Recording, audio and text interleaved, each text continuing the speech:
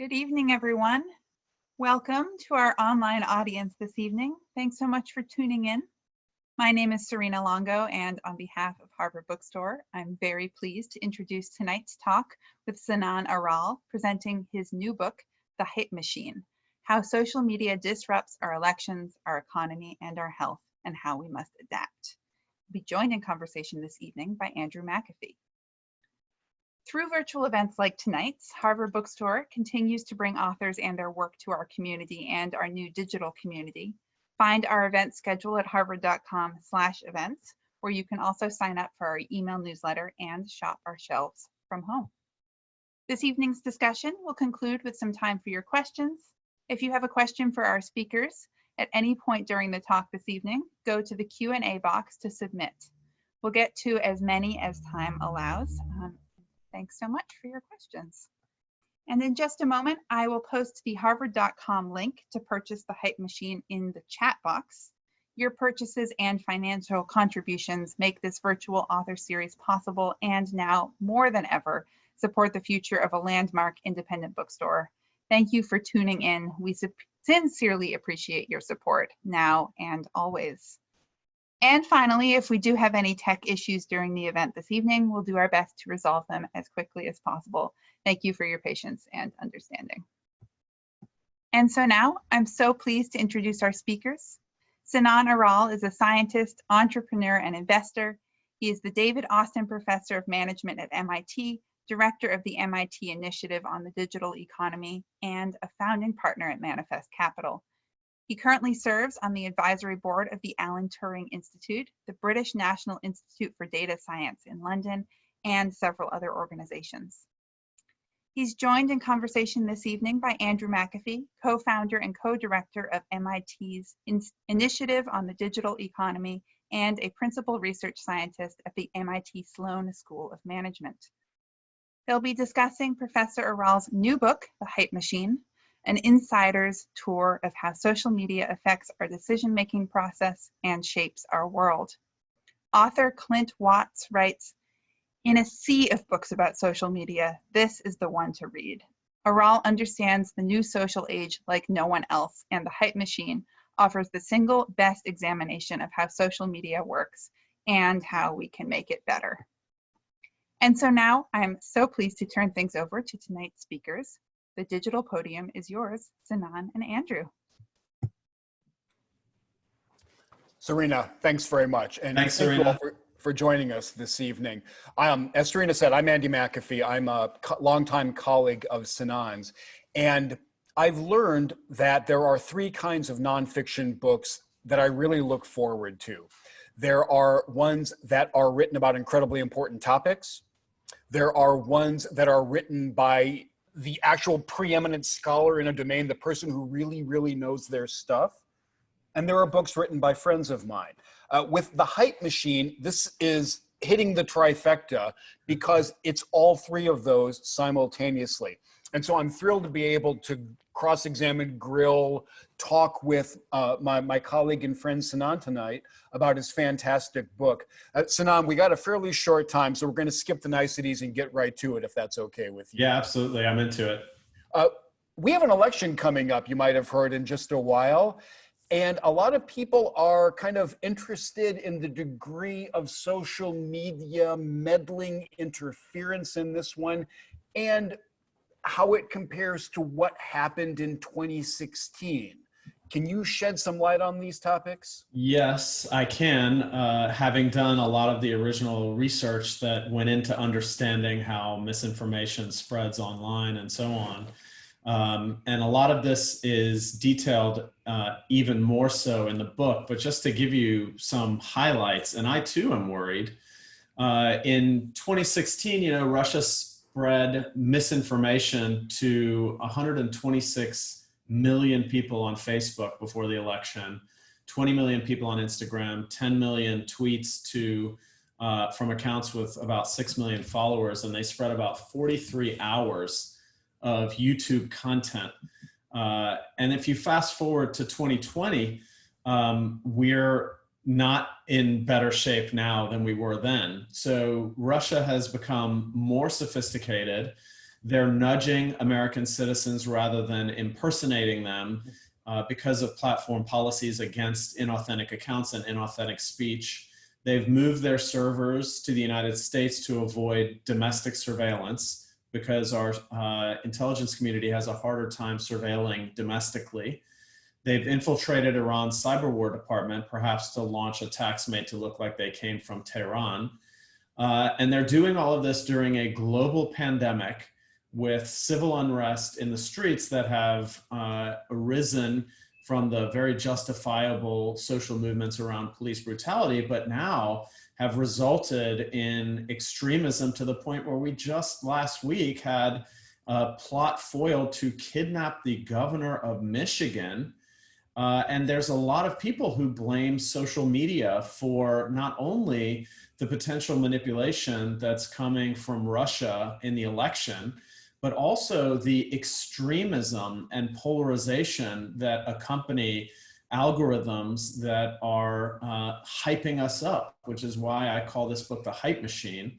And so this book really goes into a lot of detail about the science behind those algorithms and how they contribute to tearing us apart, how they may engender more extremism, and how they enable countries like Russia to manipulate our elections, our democracy, the way we think, and what we can do about it. So one of the major things in this book, and the reason I wrote this book, people may be aware of the Social Dilemma documentary, which I think, by the way, is a great documentary.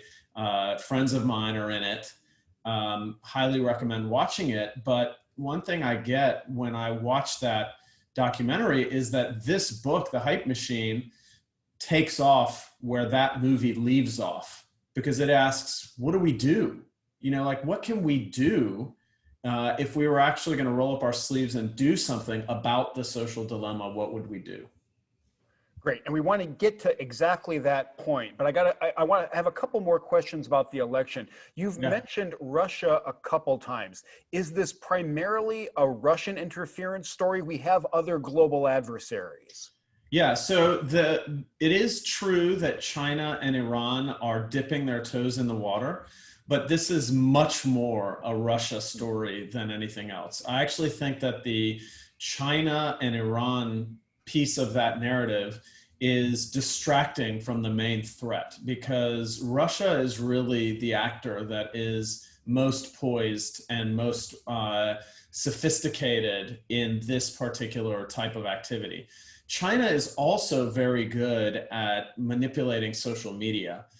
So China has they insert something like 1 million social media posts every year into the conversation in order to kind of sway things in their direction. But they're much more concerned about Chinese spheres of influence than they are in meddling in our election. Okay. Russia is much more active in meddling in our election, and I think China and Iran are nowhere near the same level of threat as Russia. As an American who's really interested in free and fair elections, this is distressing. And I would clearly look to both my government and the giant social media platforms to have learned the lessons from 2016. Did they not? Or how do we understand this lack of progress? Yeah, well, it's surprising to me because we had 4 years to get ready. And we're essentially seeing, as the clock is winding down with 2 minutes left in the game, we see the platforms like Twitter and Facebook scrambling. You might see in the news announcements last week and this week about Twitter changing its policies, Facebook changing its policies. So for instance, in the last 3 weeks, Facebook has said, we're not going to allow a campaign to call the election before it's over or declare victory. We're going to ban political ads after the election. After the election, in order to, address potential violence that will come from a contested election. Twitter, for instance, is between October 26th and Election Day, all retweets will require a quote tweet rather than just being able to retweet. Wow. In order to slow down misinformation. They are now, you may notice on Twitter, nudging you to read the article or click on that article before you retweet. I know that's gotten you a couple times, Andy, where you just want to retweet something and they force you to, or they nudge you to read it first, you know? Slows me down. Slows you down. All that misinformation you're spreading is being slowed down. No, so they are now in literally the closing seconds of the game trying to do a few things, but it's very little and possibly too late. The government had ample time to enact election security measures over the last 4 years, many of which I detail in the book about what we could be doing, like the Secure Our Democracy Act or the Voting System Cybersecurity Act and so on, which are just languishing in Congress and they're not being passed. And so the answer to your question is, yes, we could have and should have learned and done a lot more in the intervening 4 years since the last election. Can you help us understand why we didn't?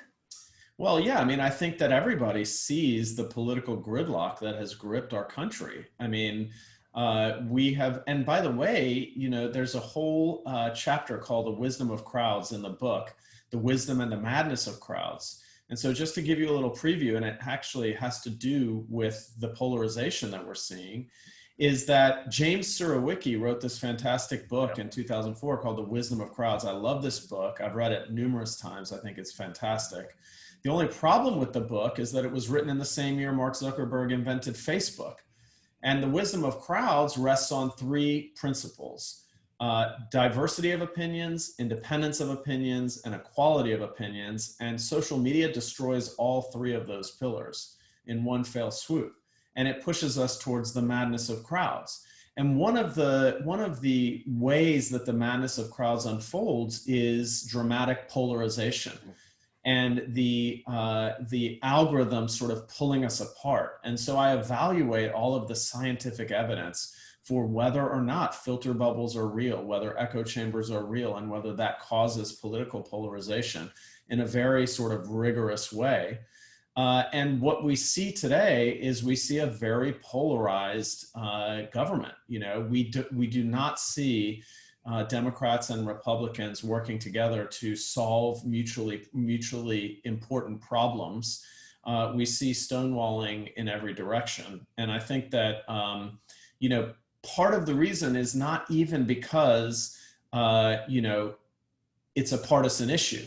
It's that when Chuck Schumer asks for it, Mitch McConnell doesn't give it on principle. Yeah. And when Mitch McConnell doesn't give it on principle, Chuck Schumer, you know, derides him for it. And it's a power play. You saw this go on with election integrity, legislation and funding for many, many months in the last year. And what ended up happening was a very reticent last minute passage of a small fraction of the money that was asked for in order to shore up state by state election, federal funding for state election integrity funding. And it was a much smaller amount than was originally asked for.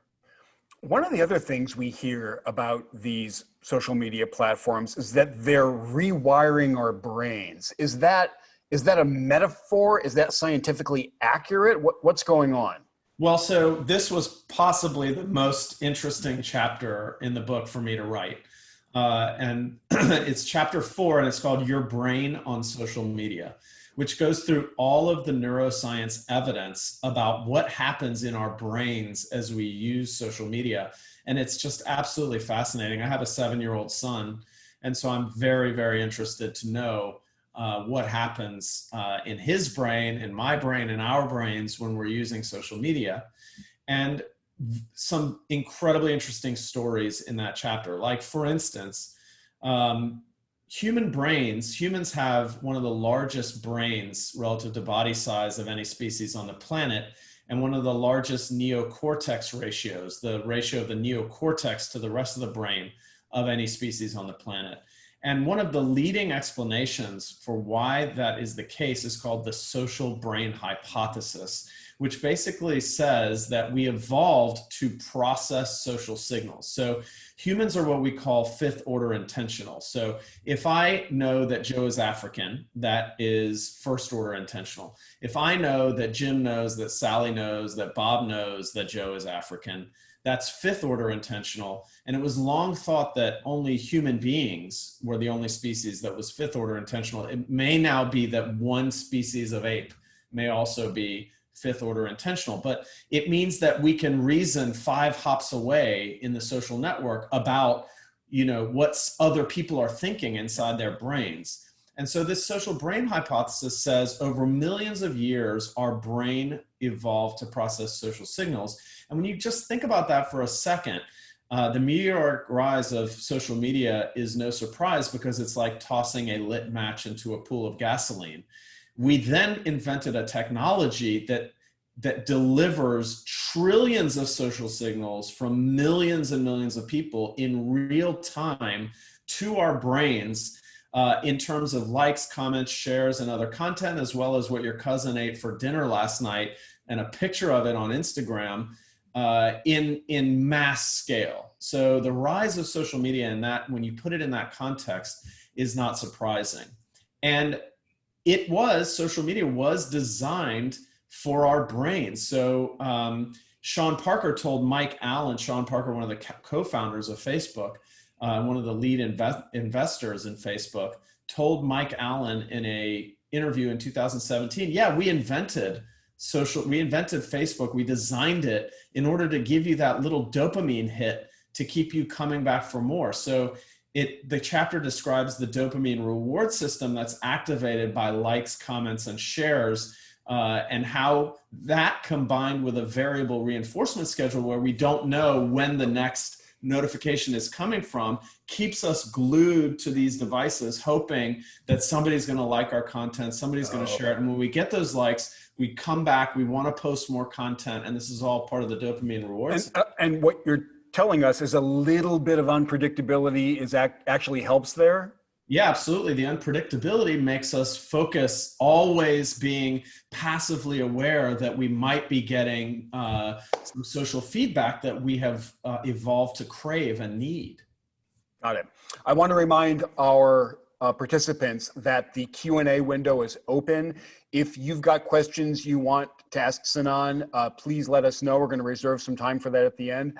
Don't be shy. I think you're getting an indication that what I've learned, which is that there is no question on this topic that he is not on top of. Mm-hmm. All right. You're not painting a happy picture of these platforms and what they're doing at everything from the individual brain level to the election issue to the society level. Should we just unplug these things? Should we mandate that they go away? It's funny you say that because there's been so much doom and gloom recently about social media. And we really had an entire decade of techno-utopianism about social media, about how it was going to connect the world and solve all the world's problems and access to free speech and knowledge and life-saving health information and so on. And that was followed by a decade of techno-dystopianism, movies like The Great Hack and books like Surveillance Capitalism and Zucked and now The Social Dilemma. And really, I wanted this book to transcend these two perspectives of, is social media good or evil, and to ask, what can we do about it? I know we're going to get there, but it also reminds us of the tremendous power that social media has for good. So just give you 3 examples. When Nepal experienced the greatest earthquake in 100 years that it had experienced, Europe donated $3 million to disaster relief, the US $10 million. And Facebook spun up a Donate Now button and raised $15.5 million, more than Europe and the US combined, from 770,000 individual donors in 175 countries. The Ice Bucket Challenge, as much as we like to make fun of it, was this stupid meme about people dunking themselves with ice water, raised $250 million with a B for ALS research in 8 weeks, which tells you the mobilization potential. I describe in detail the scientific evidence of how it catalyzes and accelerates social movements, and how The Black Lives Matter movement leaders say the Black Lives Matter movement doesn't exist without social media. And before that, it was the Arab Spring, the snow revolution in Russia, protests in Hong Kong and Ukraine. Research at MIT and at Stanford estimates that Facebook creates $370 billion a year in consumer surplus in the United States alone. Imagine that worldwide. In some countries, Facebook is the internet, like in the Philippines or in parts of Africa. It delivers life-saving health information. There's lots of positive potential here.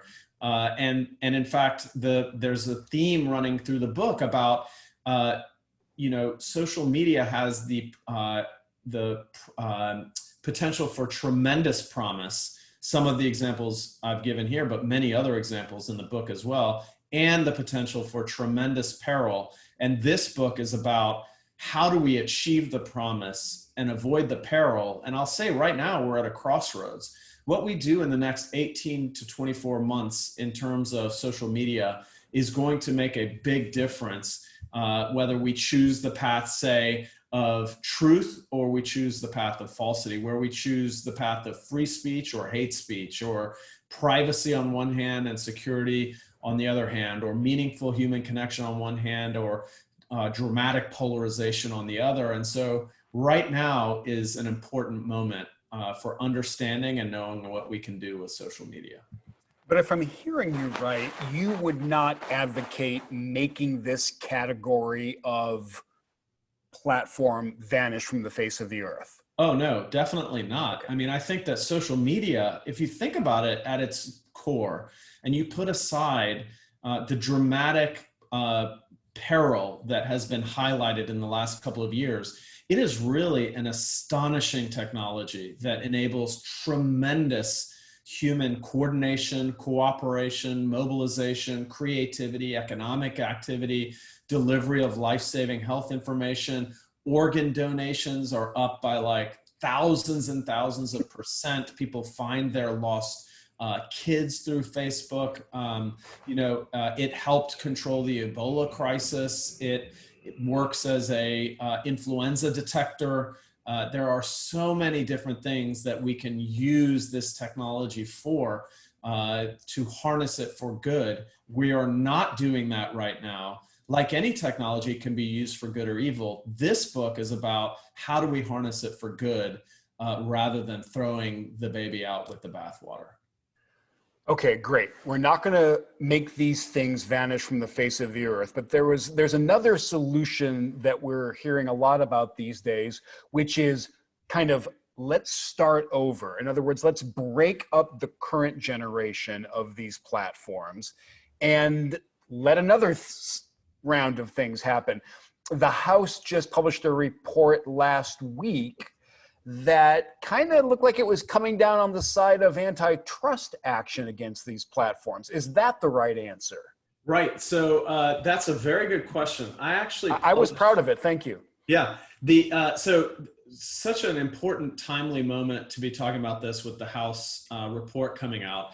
I published an article in the Harvard Business Review last week or the week before, which talks about my perspective on whether breaking up Facebook will solve these problems. And in fact, it's detailed in the book. Mm-hmm. And I do sincerely believe that there is a lack of competition in the social media economy, and that competition is absolutely essential to solving the market failures that exist in this economy, including a lack of privacy, a lack of security around our data, a lack of election integrity. We have lots of pollution in this information ecosystem, from fake news to hate speech and so on. All of these are market failures that are contributed to by a lack of competition. But breaking up Facebook will not solve the competition problem in the social media economy. And the reason for that is because this economy runs on network effects, which just means that the value of these platforms is a function of the number of users that use these platforms.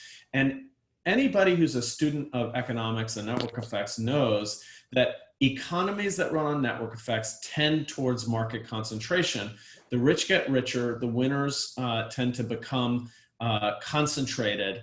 And what happens if you break up Facebook without creating structural reforms to the economy itself is that you'll just tip the next Facebook-like company into concentration and to monopoly status.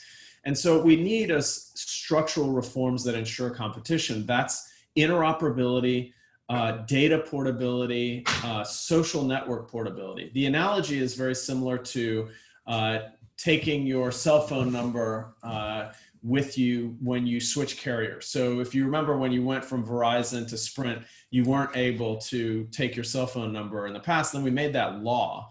And that is akin to taking your social network with you because everybody knows you by that number. So when the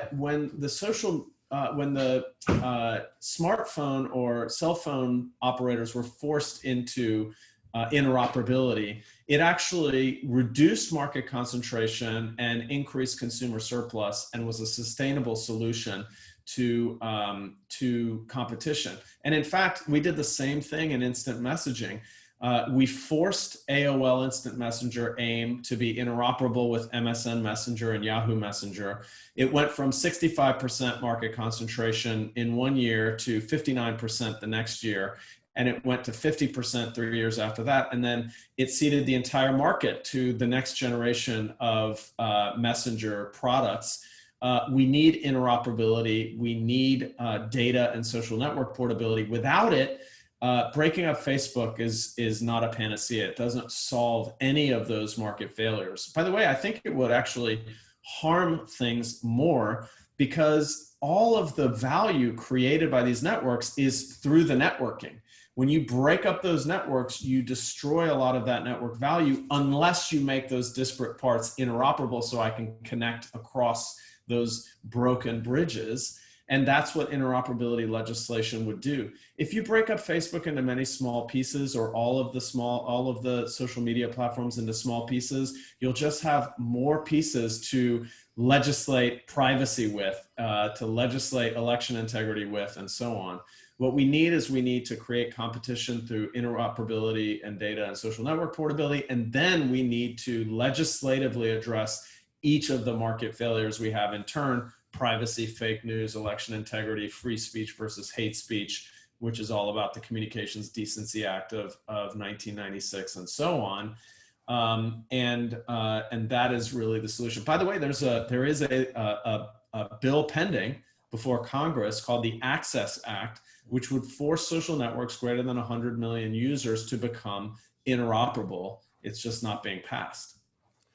What about the argument that if we, for example, mandated that Facebook be broken up into, call it 10 mini Facebooks, your point is one of those would grow up to be the next Facebook because of network effects. But what if that next Facebook were led by more enlightened executives or had a different ethos and was more proactive about addressing some of these problems you've been talking about? You would not roll those dice? Well, no. Why do we need to flip a coin or roll the dice and hope that we have an enlightened leader? The point is that competition creates the incentives to force companies to align their profit values with societal values. Because once you're interoperable and once you have portability and people can take their social networks and their data with them to another platform, then they'll say, wait a minute, all my friends that I'm staying on Facebook just because all my friends are there. But you're telling me that if I go to this other social network, I can take all my friends with me, and this other social network doesn't have a bunch of phishing attacks, fake news, and respects my privacy, doesn't use my data, doesn't target me, and so on. Well, I'm going to go over there. And once that competition exists, it creates an incentive for them to compete for our attention rather than having an iron grip on our attention, which is what we have now. Because we don't want, when we leave Instagram, we not only leave all of our friends behind, but we leave our very memories behind. I know a lot of people that use Instagram like a scrapbook. All of your pictures, everything else is there. And the reason you don't leave is because you don't want to leave your friends behind. You don't want to leave all your data and your memories behind. But if that was something you could leave with, then you could make choices about which social network you like. And that would force the social networks to compete with better designs, with more privacy enhancements, with more security, with less fake news, and so on. How optimistic are you that we could write this legislation in an enlightened and intelligent way? I think about GDPR in Europe, and I'm going to be a little bit cynical about it. It's made us click a lot more accept cookies buttons. It's strengthened the position of the incumbent companies. It's dampened VC investment in Europe. I have kind of a hard time telling a good story about GDPR. Yeah. So I'll tell you, I basically say the same thing in the book, that I believe that we do need federal privacy legislation in the United States because there are utilitarian and deontological reasons we should care about privacy. But we can learn from the mistakes of GDPR and write an even better piece of legislation in the United States than they have in Europe. And I agree with you. In addition to the problems that you just listed, it reduces investigative journalism because politicians can sick the GDPR on journalists that have data and scoops about them. It reduces medical research because you can't share, for instance, genetic information easily. It reduces machine learning based businesses. It reduces VC investment, entrepreneurship, all those things that you mentioned. We could write a piece of legislation that does none of those things, but also protects privacy. Will we be able to? Every time there's a hearing, I pop a massive bowl of popcorn and watch the senators grill Mark Zuckerberg and others. And does that leave you more or less optimistic about our ability to write really good legislation? Well, at the very beginning of these hearings, I was appalled. In the most recent hearing, I was slightly more optimistic that somehow the staffers had really beefed up their preparation.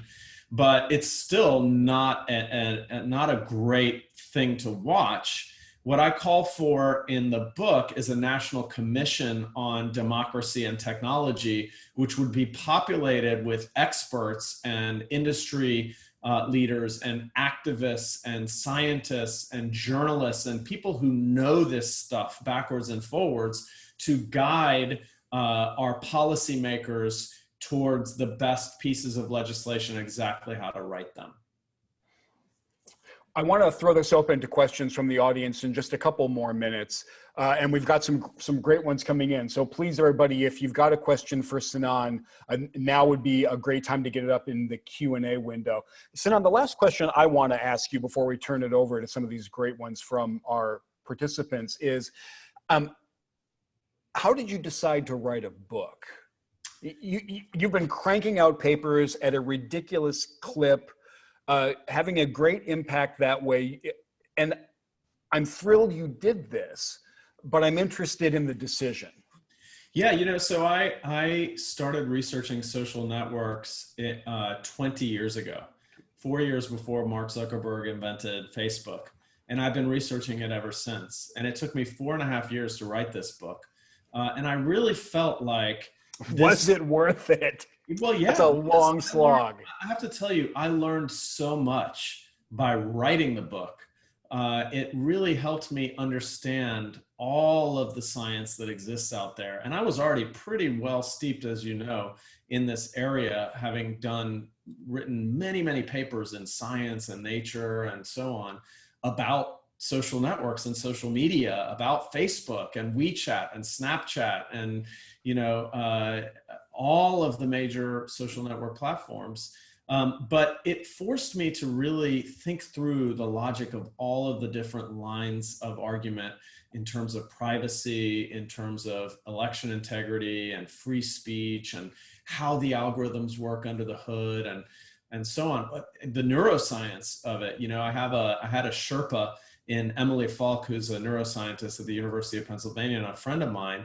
And she read that chapter for me, and she guided me through the neuroscience of what I should be reading. I read all of those papers myself and really got a firm understanding. Not being a neuroscientist, it was a really important thing for me to understand. And so I thought that this is a moment when the world needs solutions for this specific set of problems. And that's really what motivated me to write the book. We have a really interesting question that asks about the difference between the platforms that have that algorithmically decide what you're going to see in the order in which you're going to see it, versus just straightforward messaging platforms like WhatsApp that let you send a message from A to B or A to a group, and there's no algorithmic intervention in that.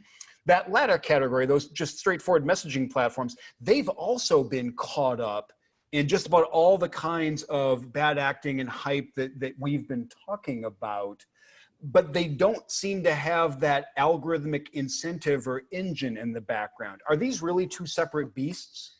They are different, and it's important that we think about them differently, but they're not just completely separate beasts. So a lot of the principles that apply to one also apply to the other. Now, that algorithmic hyping up that you described, which is again why I call it the hype machine, I describe as one of the three elements of this technology trifecta of digital social networks, the smartphone, and machine intelligence, which sort of came up together to create the hype machine. And the machine intelligence goes through what I call in the book the hype loop. And that hype loop is that algorithmic amplification. I describe in detail how it works. So on Facebook, you've got this news feed, and they have to curate that feed for you because there's just too much information. So it's tailored to you based on what your friends post, what you like, and so on. And that algorithm, the news feed algorithm, is one of the two most important algorithms in social media. The other one is the people you may know or friend suggestion algorithms. And I go into both of those types of algorithms in detail and explain exactly how they work. And so the friend suggestion algorithms evolve the human social network itself. And the newsfeed of algorithms control the flow of information over the human social network. So they are absolutely critical to understanding how social media works. But WhatsApp doesn't have an algorithm that is curating your feed. It's just a series of messages. However, there are features that combine with human psychology to produce very similar results. So for instance, a forwarding feature is just like a reshare feature, a share feature on Facebook, or a retweet feature on Twitter. And what we find is that, so we published a paper in 2018 on the cover of Science about fake news spreading farther, faster, deeper, and more broadly than the truth online.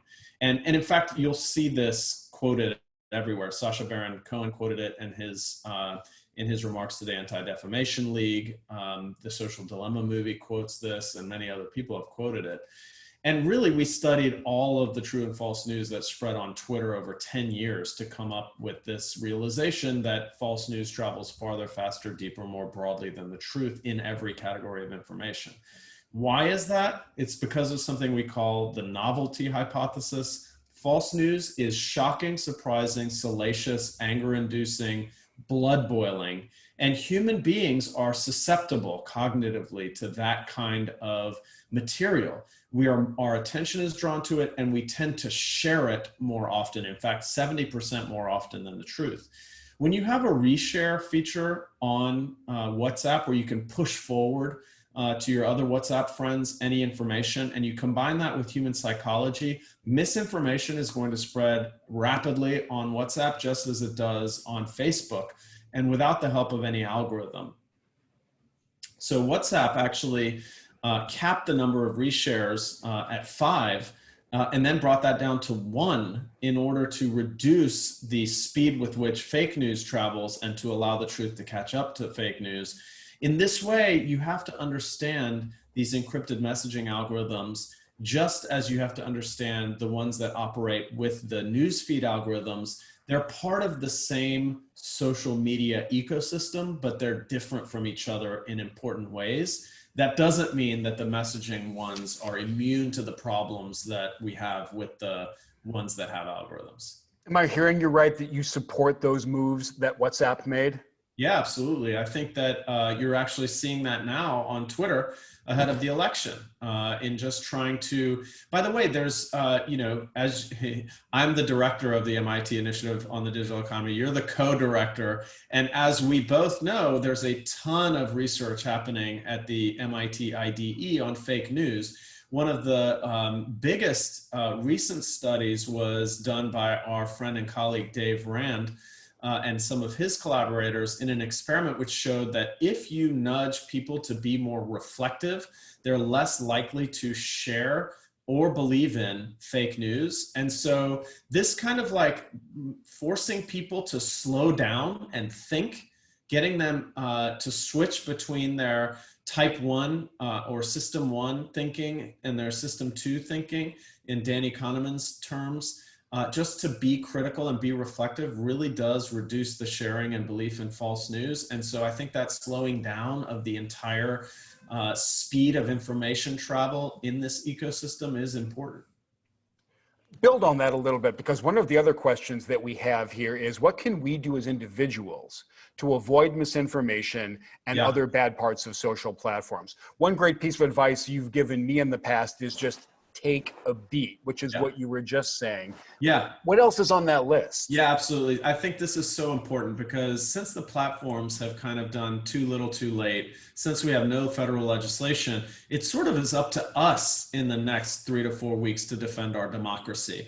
And one of the ways that I could imagine violence spreading after or during the election and or manipulation succeeding is if we continue to spread misinformation. So how do we defend our democracy against either of these two threats? One is that anytime I see, or many times that I see fake news come across my social media, it is preceded by the preamble, I don't know if this is true, but it's really interesting if it is, and then we share it. We got to stop doing that because fake news is designed to be really interesting if it's true, but it's not, and that's the point. You know, thinking before we share something that we don't know is true, that seems interesting if it is true, but it kind of seems fishy, we should not be sharing that. Second, the 80-20 rule applies to fake news. A lot of it can be debunked with a single Google search and a few clicks. So before you share something that you're not sure about, just a quick Google search will help you determine in many cases if it's true or not. Also, check your emotional pulse. So our research with Twitter showed that fake news was anger inducing and blood boiling. So if you feel your emotions racing, then take a beat, as you said, and kind of like step back from it and say, why is this happening right now? And then also check the original source. So a lot of fake news comes from known sources of misinformation that are masquerading as real news sources, but that aren't real news sources. And they can be found out by just looking at that really weird URL, or they frequently have misspellings or all caps writing and things like that. Aren't there some tweets from our elected officials that would fall into those categories? Good question. I'm gonna say no comment on that one. Well, what about, can you comment on this? We are heading into this election. I can imagine some people listening to this conversation and saying, look, that's all well and good, but the other side is amping up their base with this big old bag of dirty tricks. Are you telling me to forego that bag of tricks and therefore not have my bases amped up and ready to go? Well, I mean, I think that we all, you know, I don't believe that that, you know, the solution is to spread more fake news in the other direction. I think that that's a really bad cycle that we could get into, and I think that that's actually a large part of the reason we have the problems that we do have today. I think that you know, I think Michelle Obama said it best. You know, when they go low, we go high. And I realize that that didn't work very well for Hillary Clinton, but I do think that it is much more likely to work this year than ever before. In the last week or so, I have seen, you know, the polls indicate that Joe Biden is essentially, you know, getting stronger. And if you listen to his message, it is a very positive message. It is a truthful message. It is it is a contrasting message of, I'm here to tell you the truth. I'm here to be what we have known presidents to be for decades. And we need to come back to that kind of leadership, is his message. And, you know, on the surface, I don't want to kind of, jinx it in a way, but that message seems to be resonating. So what you're saying is that flavor of high road might just not be the morally correct thing to do. Right. It could be the tactically, strategically correct thing to do. Correct. Okay. Another great question, and this is one that you and I have talked a little bit about before. What do we know, as opposed to what do we hypothesize or what hype do we toss around? What do we know about how these platforms and social media are affecting teens? Because the research that I look at is all over the map, and it goes from, oh my God, it's ruining our children, to a study that I know you're familiar with that came out a while back, said, look, the negative effects from social media use on young people are on the same order as eating potatoes. Right. Where's the truth here? Yeah. So there's a lot of research ongoing, but I think that the research that we have now is not definitive. So most of the research that we see about the relationship between social media and, say, depression or loneliness or things like that in teens is correlational. Only recently, like in the last few months, we've seen a study that is longitudinal. Most of them are cross-sectional. In other words, they ask people, how much do you use social media? And then they ask those same people, do you feel depressed? And there's a correlation, a positive correlation. The people that use social media more feel more depressed, but it could also be that depressed people are more likely to use social media more, maybe because they feel more isolated. They don't go out. They don't feel like they have friends, or they don't have friends. So it's not clear from evidence like that social media use causes loneliness or depression. It's not even clear from longitudinal data that that's true. It could just be two trends going in the same direction. There's certainly enough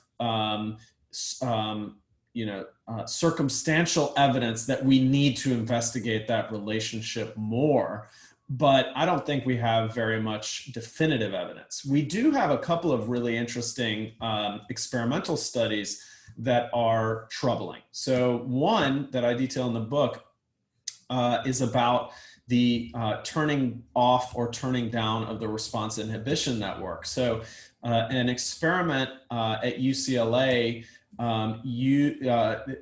took Instagram style application and randomly assigned likes to ordinary pictures as well as pictures of risky behavior, and showed it to adolescents, as well as replicated it in a second study of young adults and adults.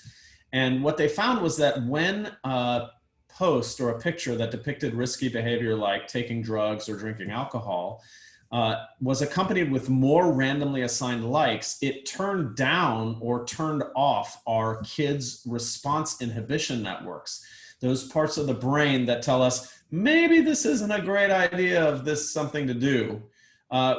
They are less likely to think, maybe I shouldn't do that, when the picture of that being done is greeted with more likes, which is very scary.